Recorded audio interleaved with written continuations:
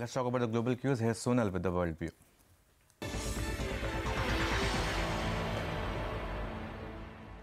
Well, it was green on the screen as far as the US markets are concerned. Dow saw gains of around 138 points. S&P 500 and Nasdaq also did pretty well. What actually led to the gains on Dow is the Boeing shares that saw a turnaround. They were up around 1.5% because reports suggested that they are going for a software upgrade for their 737 MAX planes. Moving on, S&P also did really well. That was due to the technology stocks and also the consumer discretionary stocks. And this time that S&P has actually posted the biggest weekly gain since November. In fact, the technology sector has gained close to 5% in this week itself. Moving on to the European markets, they also did pretty well in trade. We saw gains of around 1% on CAC. FTSE and DAX also saw similar gains ranging from 0.6% to 0.8%. Some stocks were in focus. Well, Volkswagen, that was down in trade. That is because the US SEC has filed a case against the company related to carbon emission norms. The other stock that was in focus was UBS because bank told the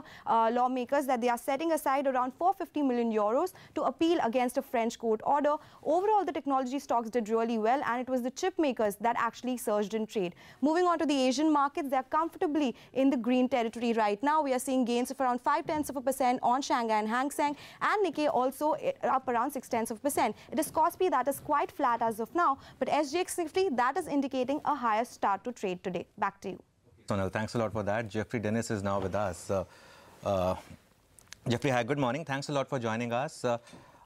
Your thoughts on what's happening with the Indian market in particular. Over the last few days, we have seen massive amount of foreign investor buying. Do you think this is ETF-driven buying, or is this something really big, start of a fresh bull market? Clearly, well, I think the most obvious thing that's going on here is that India has lagged so far this year quite badly, in particular lagged China significantly and lagged the emerging markets generally. So I think you've started to see some rotation back towards India. As to whether it's ETF-driven or driven by active flows, I just can't say.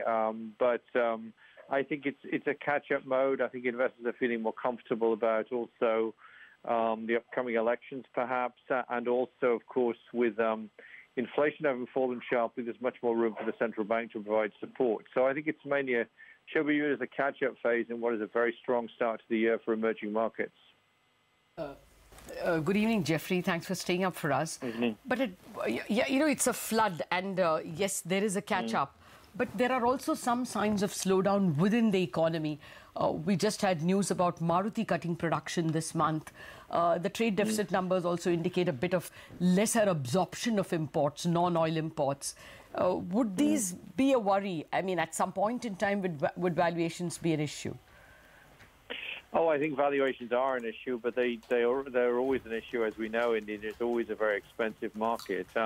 I think the market can handle within reason some sort of slowdown, modest slowdown in the economy, as long as that leads to a slowing in the perhaps a narrowing, I should say, of the external deficit, which has also been a concern. So I think what will square the circle with all of these things is what happens to corporate earnings growth. And obviously, if you've got sharply lower economic growth, and that led to, even if that led to a sharply lower current account deficit, the market would worry because the earnings story would obviously deteriorate. So we must remember still that India is now by far the fastest growing economy within the emerging market index. So that's one thing to be positive about, even if you do get some modest slowdown. But at the end of the day, this has always been an expensive market, and I think valuations would always be some sort of a ceiling for the market. I don't expect India to be an outperformer this year. I think the emerging markets will do well. I think India will probably underperform because, not least because valuations are high. And so, yes, you've always got a concern about the level of valuations. Okay.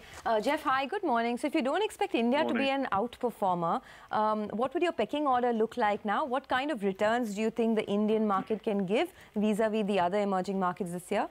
Well, my sense is that EM is going to return something. Of course, I don't have a formal forecast as such, but my sense is EM is going to return something like 20% this year in dollars. I think one piece of the jigsaw puzzle that's not fallen into place yet is that the dollar has not been as weak as anticipated. I fully agree with your earlier comment the rupee should move higher, but what will really help the emerging markets further is to see is to see the dollar going lower. And I think if the dollar were to go low, which logically it will do as the year goes on, as the Fed stops raising rates and as the U.S. economy slows, I think we can easily get 20% out of EM, maybe a little bit more in dollar-adjusted terms this year. And so India will be somewhere below that, I think it's fair to say.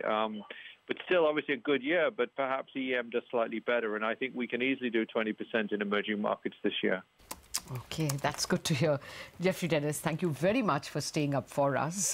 That's a positive comment. So there could be more flows simply because as the rupee strengthens, the currency helps. I mean, cheaper imports mean inflation is under control, more space for the central bank to cut. So maybe the valuations will be overlooked for some time. Okay, although emerging markets may give 20% returns, he believes India could underperform or not outperform the emerging markets. All right, let's take a quick break on that note. On the other side of the break, our list of top 10 stocks is lined up. Stay tuned.